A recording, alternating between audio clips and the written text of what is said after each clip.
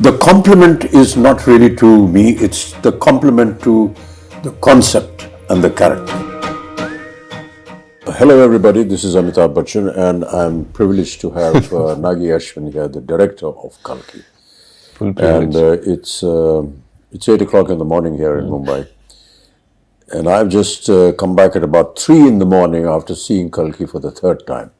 And just cannot explain the wonder and the experience that all my friends, we watched the film again. And so I thought that there are many aspects of the film, Nagi, which a lot of people put questions to. And in my mind also, there is a lot that comes to me when I think about Kalki. Explain not just to me, but to the audience in general, how you thought of. When we spoke to Priyanka and Sapna, they said, after the last film, they waited and asked you what you're going to do next, and you said, I don't know. And almost after a year or so, you went to them and said, I have something. And after that, Priyanka was saying that after hearing it, I couldn't sleep for a couple of days. And then she rang up Sapna and said, we have to start getting to work on this. So, what went through your mind and how did you conceive this? To be very honest, sir, I thought this story would be probably one of the last films I'll ever make. I thought this would be my retirement film. But yeah, and we won't let you do that. Yeah, and I had like a smaller story, maybe something that was not as ambitious as this that I wanted to start off with, and somewhere along the way, like those few months after Mahanati, I was coming across either articles or like some sort of videos about the Chiranjeevis or about some sort of a Mahabharata connect, and I was even seeing some articles where I was seeing that maybe some production houses in Bollywood were starting to think about Mahabharata or Ramayana and all of that at that time, and I had this story, I had a germ of this story already by then, and I was like, okay, so maybe it's time to bring this out of hibernation. And I took it out and I started living with it for a few weeks, and I realized that the energy that it would probably require to bring this to life and to bring it in front of people was something that I probably had now. And I don't think, to be honest, me, Swapna or Priyanka fully knew what we were getting into when we had that first narration. That's what they also said, they suddenly realized, oh my God, we need to start working on this now if this concept and this dream has to fructify. Yeah, we started with one concept artist and we thought, we'll conceptualize the main sequences of the film, but as we kept going deeper into that rabbit hole, so to speak, we realized every single thing had to be conceptualized and every single thing had to be built, and we realized it needed an army. Yeah, you showed me a photograph of Ashwatthama who has aged and is now fighting Bhairava. Yeah. Fighting Bhairava. And for someone to have had that kind of a visual in mind, and then to be told about the title, Kalki, and 2898 AD, and I couldn't understand that. So maybe you could explain for the benefit of the audience. Core of the story was the first scene in a way. So 6,000 years after the death of Krishna. Which is what comes in the subtitle. Yeah. So 6,000 years have passed ever since Krishna gave the shrap to Ashwatthama. Yeah. So 6,000 years after when Krishna is said to have left his body was 3,102 BC, so to speak. So exactly that would lead up to 2898. The story of Ashwatthama happens after the 18 days of the Kurukshetra. Yeah. It happens at the very end, like after the victory, after everything. This is probably 18 days of the war for Kurukshetra. Yeah. After the 18 days of the war, this is the last thing that happens in the Mahabharata, so to speak. The most important confrontation between the Pandavas and the last Kaurava, so to speak. Yeah. So I felt that this was the ending of this story, sort of, but it's also the beginning of another story. Yes. And it doesn't finish. Like, I feel it's not finished. We just, even in the Mahabharata, for what I have read, it just is like Ashwatthama is cursed and he walks into the woods.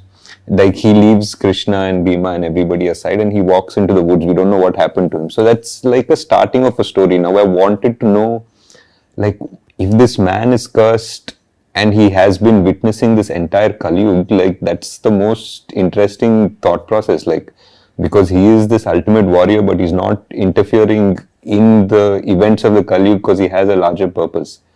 So I felt that it was audacious in a way for me to attempt to think that I'm finishing something that was left in the Mahabharata, but I was like, nobody's done it yet, so let's give it a shot. Yes.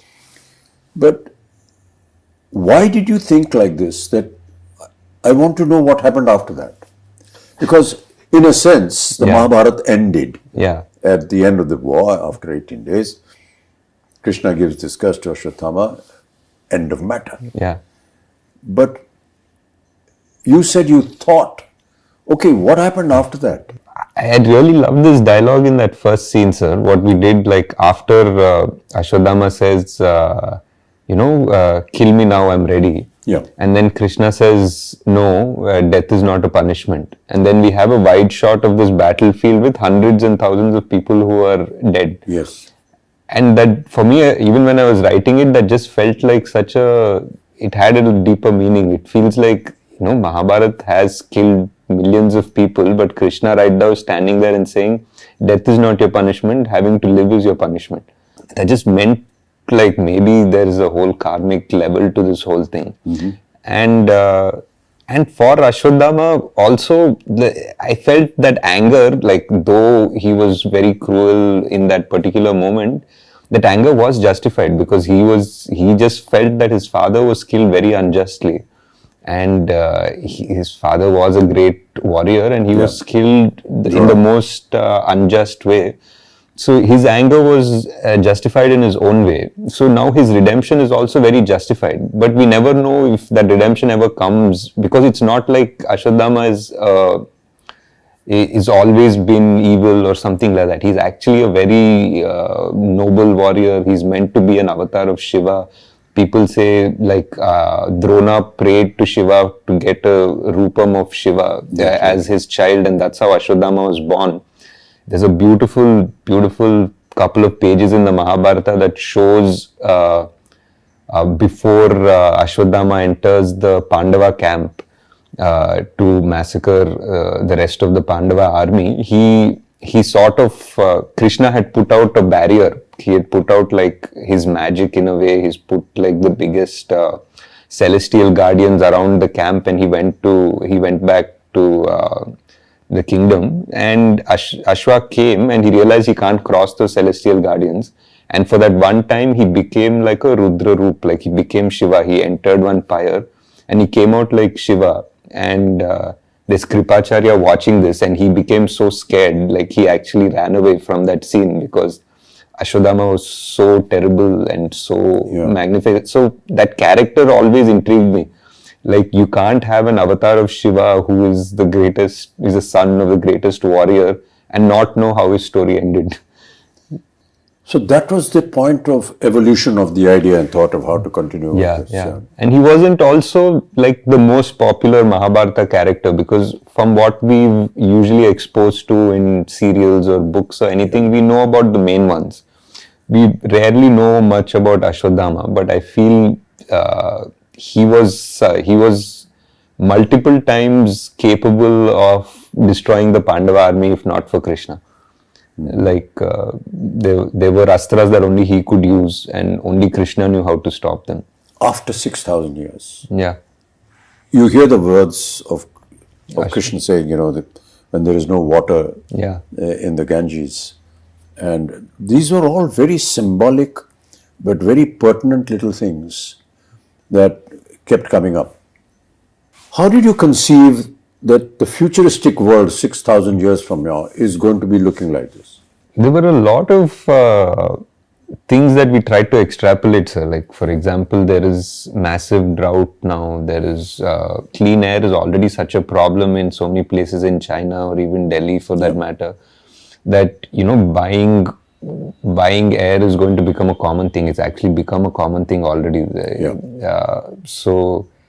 And the fact that physical currency is not going to exist has already happened. So a lot of things that when we started writing, we thought were very futuristic have already happened by the time the film released. And we had to just try to understand that if there is no water and the biggest problem is fertility, I feel, like of man and of the soil. Like those are the two biggest things that will change the world. If human beings suddenly become infertile to a certain level, we just have barely 100 years before we go extinct, in a way. And if the soil stops being kind to us and it becomes dead in a way, then how much synthetic food are you going to develop, and how will that society be that lives only on synthetic food? So those are the two big things we tried to explore, though we didn't have time to really get into the details of it, but that was the thought process. During the portion when they were designing all this, were there any questions that ever arose in your mind? Multiple, sir. There were because like almost everything, because when you're trying to design a whole world with an ecosystem, with an economy, with all of that, there'll be so many contradictions. Like even just the architecture of things, there'll be like, what are your vehicles running on? Like if it's running on this, then why don't these people have access to it? And what access does the complex have? So suddenly we're designing a whole world, right from the economy to its power systems to grid to like, what do people do? How are they making money? And is there a welfare system in this world? Like there's so much discussion, and after I think 5-6 days of brainstorming, we usually just stop and say, enough, let's get back to the story. I was talking to some people about Shambala and what it was, and that is something that they said, that this Shambala is something that is under the earth. It's there in the Buddhist thought process. I personally felt that there is a scene when Mariam comes forward before she sings that song, to that circular that design, mandala, which I don't know whether I'm correct in saying that, but it's a very Buddhist. So is that what went through your mind? It was, sir. I think the idea of Shambala is something that is very similar to our culture and Buddhist culture, even Persian culture. They have different names for it. And I felt that it's very interesting that all of them have names somewhat similar also. Somebody calls it Shangri-La, somebody calls it Shambala, and all of them say that it's a place where people are going to sort of retreat to in the Kali Yuga, when adharma becomes so much more outside, and that's where the avatar will come, the savior will come, so to speak. So I felt it's very interesting that so many cultures have the same idea. And the idea of the symbols in Shambala was like a mix between the chakras that we have, the Sri Chakra and all of that, combined with the mandalas that Tibetans have, which are so similar. So that was that. We just wanted to find, I think in the production design discussions that we were having, we were always trying to see like how culture would be amalgamated in 6,000 years. It wouldn't be like sharp lines between cultures and traditions. Things would probably get merged a bit. But it's, it amazes me how one person's brain could have designed and thought of all these things. I couldn't have, sir. There was a production designer, Nitin Zihani. We had multiple meetings. We have a concept design team which is really good. They're from Jaipur, fully Indian, like Immortal Collective. We had an in-house storyboard artist, Venu. I mean, for a movie like this, I would say that we probably required a bigger team, but the team that we had was fully on board, and everyone was constantly ideating. I mean, I definitely had to okay the final aesthetic, and I would guide them and direct them the way it had to go. But if not for the concept designers and Nitin's brain also, this wouldn't have come out the way it has. Kamal that day when we had a general, Yeah, when we were talking to the rest of the guys, he said something very nice. yeah, He said, a lot of the filmmakers come to me and they describe the story and they give me very efficiently made concept arts. storyboards. Yeah. But the point is that his opinion was that how does this storyboard actually get into practice, and what is the reality of it? It's all right to make some drawings and come, but he said that when I saw this and when I heard Nagi, I thought, gosh, it's going to be another one of those storyboard things. But then Nagi showed me some visuals which he had shot, and I believed. Yeah. And just went ahead with it. What was the idea of the complex?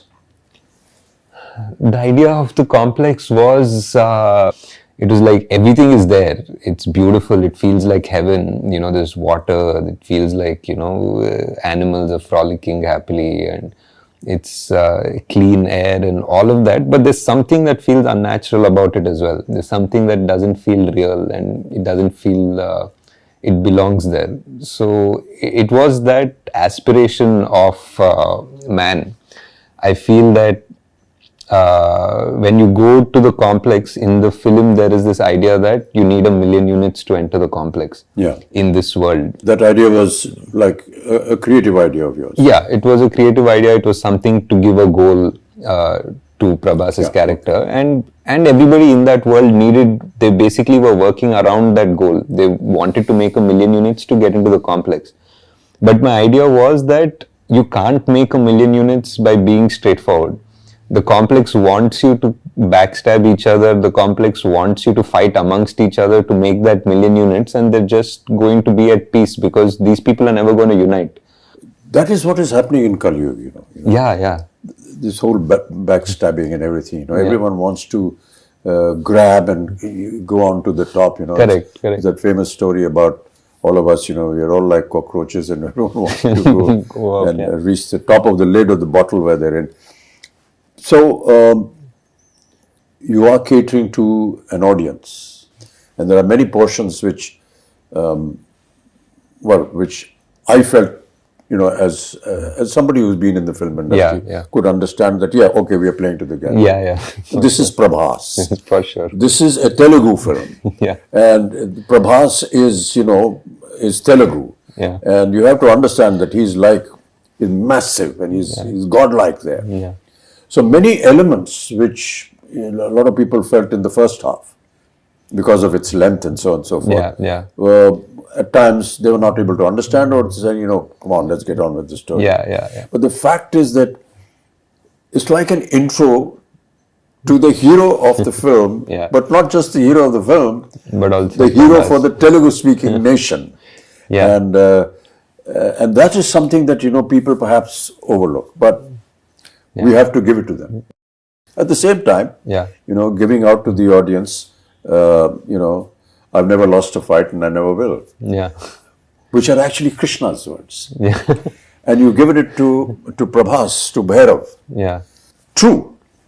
But the point is that for the common language that the Telugu nation that is gaga over Prabhas, it has an alternate meaning as well. Also. Yeah. And that is, those are the claptraps. Yeah. So I just felt it was a wonderful amalgamation of playing to the gallery, yet not entirely submitting yourself to them. Yeah. It was a tricky line, sir, for sure. Yeah, that's a very thin line. Yeah. I mean, I would love to go and sit in a theatre in Hyderabad and sit with this Telugu-speaking audience when they're seeing this, because they must be going wild when they see Prabhas saying this and all the comic interludes that he has. And they had wonderful little snippets, that she comes out with, which are valid for the film, yet extremely valid for the common man. I mean, how did you think of that? Like you're saying, it's a very thin line, sir. Like, there were a few things in his intro, for example. Yeah. Like, I think a new audience from Paris wouldn't make anything of it. Yeah. Because there's a hologram that is glitching. it says possible rebel, 5-star bounty. Yeah. And then it just glitches just for a moment right next to Prabhas and says rebel star for like an instant. And that's a claptrap for sure. Yes, yes. And but for anybody on the outside, it doesn't make any difference. It was hard to design something like that. And there was something also where Buji says, even I have some fans, and Buji says, yeah, you have a rebel fan. Yeah. and again, for another audience, it doesn't make any difference because he was a rebel. We established right. that. No, that's what I felt. It was a brilliant amalgamation of playing to the gallery playing to the audience in Hyderabad, yet not moving away Yeah. from the concept of the film. Yeah. The concept of fertility, Yeah. was that a story imagination, or is there some kind of a link? It was a bit of a story imagination, sir. It felt like in the Kaliyug, like what is the last thing that can be taken away from us is the gift of life. People's morality and this and that and everything. And the last thing that would die is the actual gift of life, like whether it is food or whether it is the chance that we procreate and make and continue our species. So just the fact that, that there was a dialogue which said that I will be born in the last womb of the Kaliyug. So that was there in one of the earlier drafts, and it felt like that was the most dramatic way to introduce our savior. Yeah. And a lot of questions being asked is, how do you manage to perform when you don't have the props around you? Yeah. We really tried in this film to build as much as we could, sir. Like whether it was the off sector where there was desert and the truck and everything, or Shambala, the bridge. We tried our best to give as much, but yeah, there were definitely sequences where it was just a blue screen. And Yeah. We all know that, Indian cinema works on poetic justice. yeah. And I keep quoting this from my father, who used to watch a film during his last days every evening, and I was asked to ask him, what is there in watching a film? So he used to say that, I get to see poetic justice in 3 hours. So during the length of the film, at the end of the film, there's poetic justice. To bring that kind of poetic justice Yeah. in Kalki, in the Mahabharata, is it going to be factual? Is it not? I mean, this we will discover in part 2. But did it ever cross your mind that, there has to be this aspect of poetic justice in the film? Definitely, sir. I think so. I think Ashwatthama's character itself is that idea of poetic justice. The way his character starts and the way it needs to finish. Yes. Yeah. There are many little things which, which were done and shown in the film. Yeah. But its essence was actually realized by the audience. Yeah. It's like Sumati's Agni Pariksha in a sense. Yeah. Which was so beautifully done. Yeah. And we talk about Agni Pariksha, but we never visualized that it could be like this. Yeah. And you have the carrier of the next avatar go through this Agni Pariksha, which you show Sumati walking through this, ball of fire, and nothing happens to her. Yeah. Whereas when the fighters go through it, it doesn't burn up. Yeah. So, what was the thinking behind that? That is definitely one of my favorite sequences in the film, because it also parallelly brings in all the 3 characters. Like it brings in It's a kind of a chastising of Sumati in a sense. Yeah, in a way. And Ashwa realizes at the same time, Bhairava at the same time. And for me personally, it was the reference of the Krishna and Vasudeva walking through the river in the Dwapar Yug, like as the river parts for them. It felt like in the Dwapar Yug, the water element parted for God to give him safe passage. And for me here, it felt that the fire element parted for God to give him safe passage. Yeah. So that was my thought process. Yeah.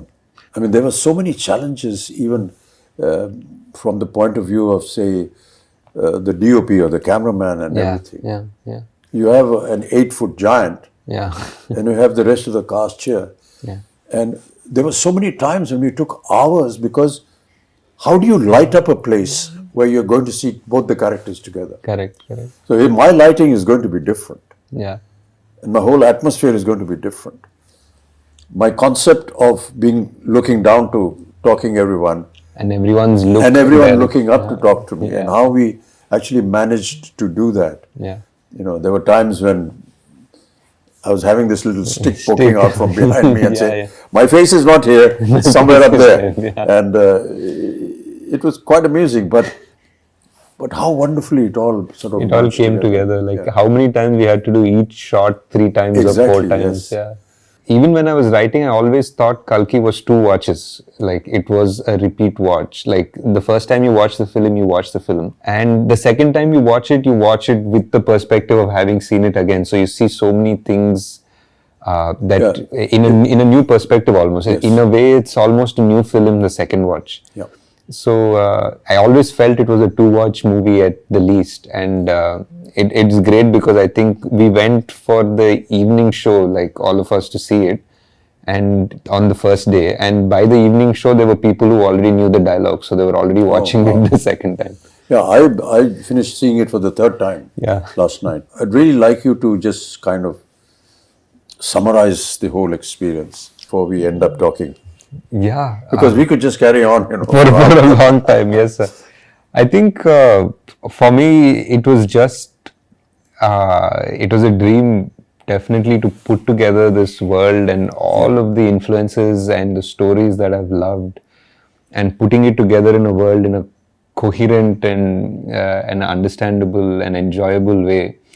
And to see now, today, that dream has come true and people are actually agreeing to watch such a film and love such a film and accept it.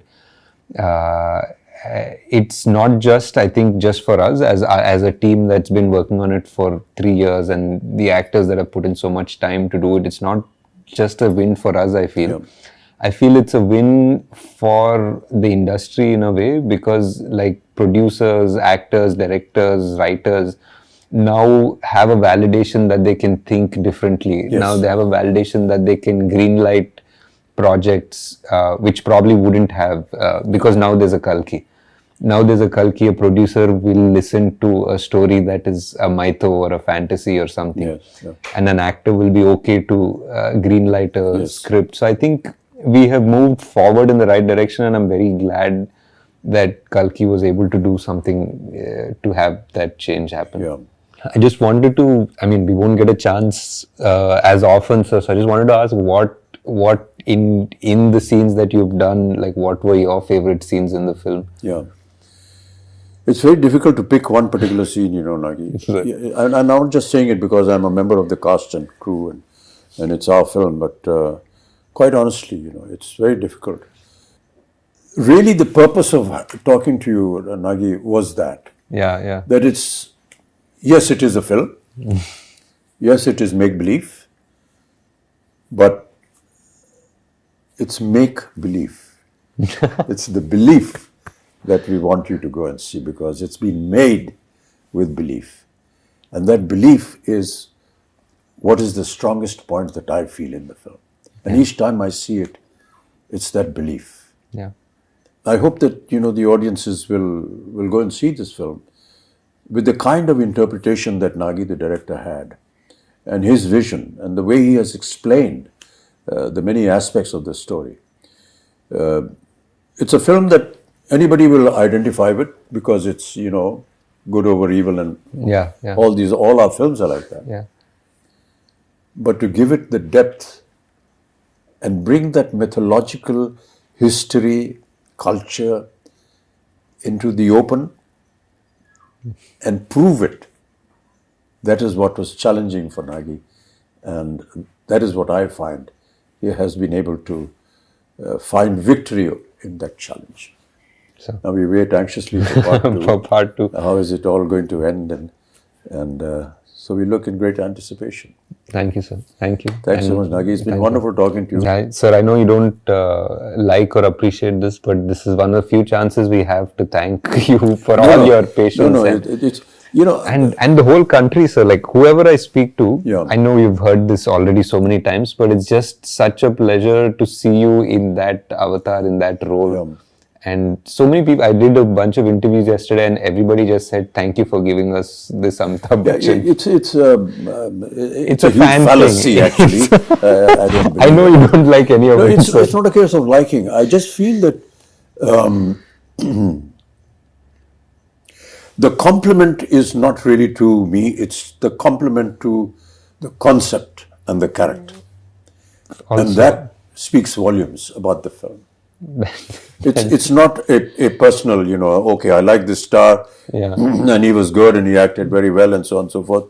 So when they compliment a Prabhas or a Deepika and anyone else and Kamal, you're actually complimenting the concept of the director, Nagi, who was able to conceive and put together this story. It's all very well to go to an audience that's coming out of a theatre and say, "Kaisi lagi film bhaiya?" So they say, "Rather bahut achhi film hai yaar." Yeah, unse nahi samajh mein nahi aaya, ye nahi hua. It's not that. I think that we need to catch some people who, the youngsters, and say, you know, let's sit down and have a chat.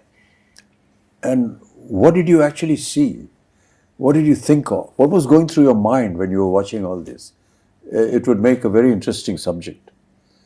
And I'm going to catch Abhishek and Please do, sir. That would be Navya, great. my granddaughter, and have a chat with them, much like we've had here, and ask them some very pertinent questions.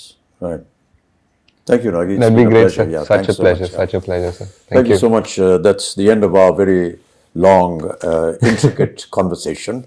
And I hope that you enjoy the film when you see it. Thank you so much. Namaskar. Great, sir.